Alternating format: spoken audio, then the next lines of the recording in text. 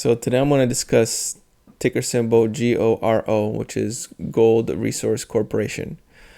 And this is no hype over here, so just sit back, relax. I'm not some certified person, I'm just an investor just like you.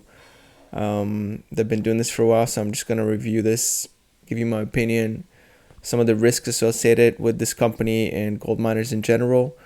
Talk about it briefly, look at some numbers and some charts and see if we can kind of derive a little bit more informed opinion about a gold company like this, gold mining company like this. So these guys are located in Mexico. It looks like, let me fix that for you while I talk. It looks like they have one mine that they're getting money out of, and they're using the proceeds, I think, for that, and also share issuance to develop a new project in Michigan, USA. So one mine in Mexico and new project in Michigan, which is kind of interesting.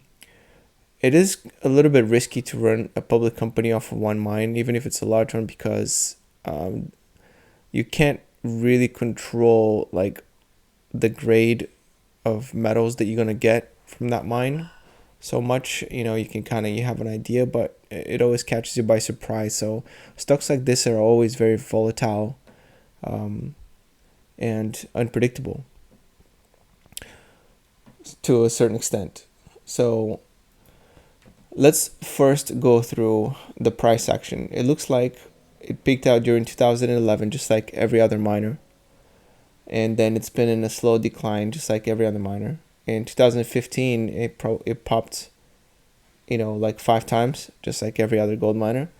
And then it's been grinding steadily sideways and a little bit to down, just like everyone else, for the most part. So, which is a good thing, by the way, for such a small company, 170 million.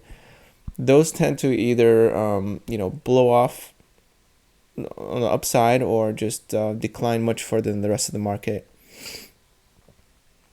So it's sitting at 170.5 million market cap. It's a very small company.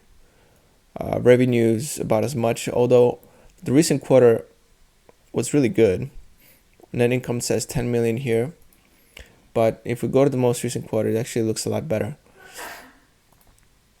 And we'll do that in a sec. Actually, why don't we do that right now? So I was reading the report here, and this is kind of a summary. And some of the most important numbers that I like to look at here is, first of all, like how much are they processing? And one of the most important thing here to note is that this is the key differentiator between the amount of money they used to make and the amount of money they make now. In fact, before I look at this, we should look at some of the bar charts, okay? So this is by year, it looks pretty flat. But if we go to quarterly, the revenue has had a really nice uptrend. And so they're starting to do things a lot better over there. But I think it's mainly due to the higher grade of gold that they have been mining recently. So I like to look at operating income, which has been at a really nice increase over the last year or two. I like to look at the outstanding shares, and you can see that they've been issuing shares probably because they need to fund the project in Michigan. I don't know how to say Michigan or Michigan. Which one? They pay a steady dividend. I like this about a company that they keep paying a dividend. They keep returning some money to shareholders. I think every company should be doing that because that's kind of the end goal of the company, right?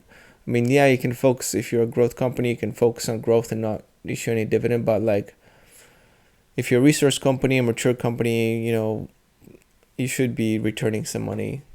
You should be sharing the profits with the shareholders. And this company is profitable now, so it's good that they're doing this. Margins, well, that's to be expected about a company like this in this field. All right. Quick statistics. So their enterprise value is at 135 million, which means that they're carrying about 35 million in cash. So price to earnings ratio is about 16. about 16 here. Price to sales a little bit over 1.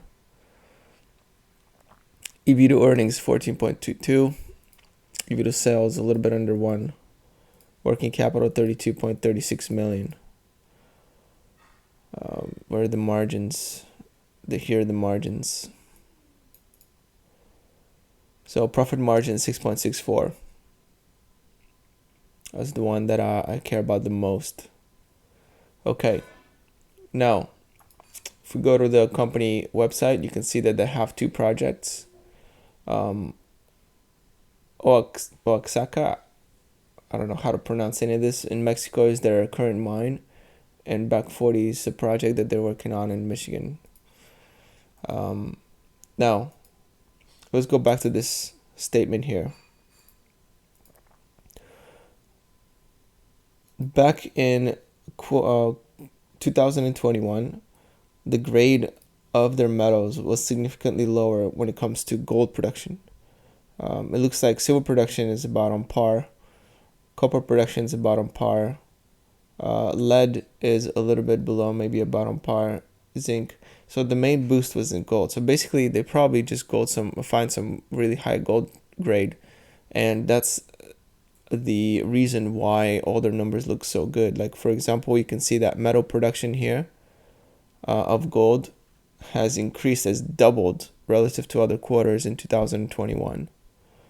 And then silver production is about the same, copper same, lead about same, and zinc, it's a little bit better, I guess, than average.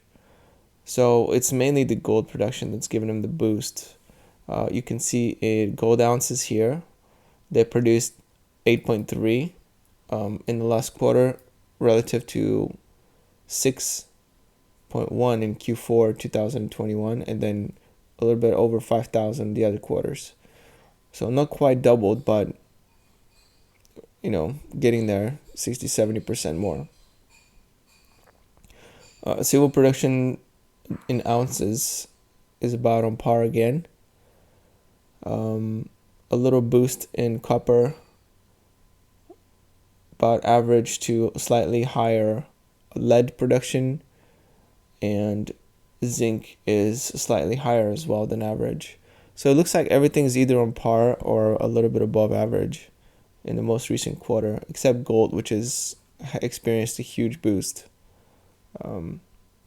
So another good metric here is average metal prices realized. You can see that in the most recent quarter, their average price, selling price for gold was almost $1,900, which is really good.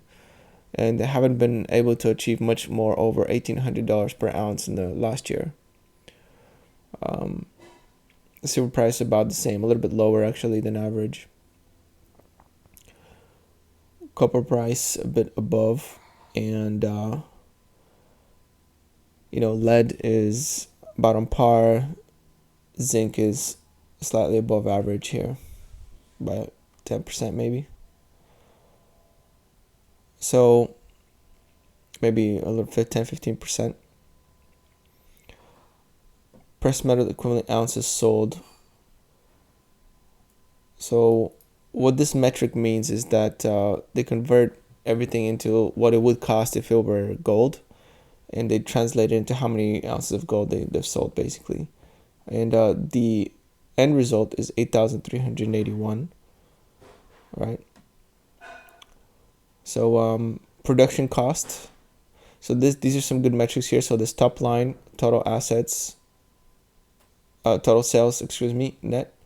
So it looks like they sold 45 million, right? And then it looks like their production cost was 20 million. Okay, resulting after all the other costs, earnings before interest, tax, depreciation, amortization here is 15,000. So the net income is 4 million for the quarter, which translates to about 5 cents earnings per share. So this is the interesting number here. Total consolidated all-in sustaining cost after co-production credits per ounce of gold equivalent. And that is sitting at about $500, which is extremely low. Okay, not just relative to the company's past, but relative to other companies. Like, it's a really low. I expect companies to have a cost of between 900, 1200 ounce per gold. Some of the big producers could afford even a higher cost. But 500 is really, really good. I've seen lower, but this is outstanding. And that's probably the reason. In the last 2 quarters, they've increased their efficiency quite a lot, it seems like. In fact, they've doubled their efficiency, so their all-in sustaining cost is 2 times lower, right? It's half of what it used to be, which is very, very good. Very good improvement. I don't know what that's due. Haven't read any of their news articles or reports, so I don't know what caused that increase in efficiency. But my guess is that it's this high grading here, because the grade is so much higher than it used to be for some reason, which doesn't actually explain the previous quarter relatively lower grade, but still had very low cost. So if somebody has some insight onto that, please let me know, like, why their efficiency increased so much. I'd be interested to see why. But it's very promising. I mean, this is looking good so far. If I go to the overview, this is kind of like the chart I like to start off actually with. On the right, it just lists the revenue and earnings over the last, however many years. And they make revenue and they make earnings, and they're positive, which is incredible. The reason I say it's incredible is because resource companies in general, especially like gold miners and things like that, they have many years where they're not profitable. They're losing money, a lot of money, and they're basically banking on the possibility of them either having a nice discovery, a good acquisition that they can mine for high-grade gold or other resource, or something like that. You're always waiting on something with resource companies. So, it's very taxing on the investor. And in the meantime, they usually issue more and more shares in order to stay afloat, to keep the mines operating, to pay all the employees and everything, and to make sure the business is running for when that price, the commodity price, rises enough to where everybody can kind of capitalize on the spike. So that's the MO, the modus operandi of the way things work in the resource sector. So that's actually very, very good for a company to be able to be profitable and be paying dividends for all that time. Obviously, the size of the company has decreased. So if we look at the price here, after peaking out at 30, it's barely under $2 at the moment. But it doesn't look like they're issuing shares like crazy to fund this new project. They're issuing some shares, but not like crazy. And it's just, it's justified because their mine is doing so well that, they can afford it. Okay, so is this company a buy? Would I buy this company? I would have to research a lot more, obviously, and figure out exactly what that project in Michigan is. Other questions that I would have is, the current mine, what the expected future of the mine is, what the life of the mine is expected is. I'd have to figure out, how large it is, like what their expenses exactly look like. But right now, what I'm seeing is that it seems like they have a very competent management team, because they're able to balance everything and still stay in business in Mexico without having a losing year, which is very impressive. So I would probably lean more towards the buy. Like I said, I have to do more homework, but it's so far it's looking very good to me, especially with this high grading stuff. I wouldn't be able to put a price target on it because the gold miners in general are very, unpredictable as far as how high up are they going to go on a spike. But also it ties into another thing, which is gold miners are tied very closely with gold price. As the gold price increases, then so does their profitability. The thing with this company, though, is that it doesn't really matter so much what the gold price is. If in a month or two, it could be down 200, it could be up 200. Because they're low, their cost of production is so damn low, right? Then 200 here or there per ounce is not a deal breaker. If you had a high cost producer, then it would be, right? So let's say you're producing all in cost $1,500 per ounce, and the current price is $1,800. Let's say you're making $300 profit, and then you gotta obviously deduct everything, and let's say you make $50 profit out of the whole thing. Now, if the price goes up $100 from there, then after all the deductions, you make $150, let's say, dollars profit. That's triple, right? That's triple the profitability. So $100 increase in price in gold triples your profitability after all the deductions. So, that's crazy, right? That justifies almost like tripling the price of your stock. But a stock like this, it won't have this much of an effect. So I kind of like that it's steady. I'm not into the whole spiking risky gold miners anymore. But I would invest into this company even right now. Even right now at this part of the cycle. I usually like to bottom fish in commodity cycles, but it looks like this is a good play.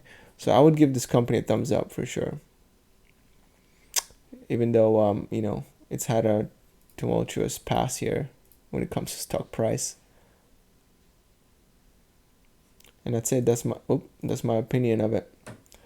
Let me know if you have any thoughts on the company. Also, let me know if you want me to do a quick review of another company that perhaps you're interested in. I'll do any company, hopefully not an ADR.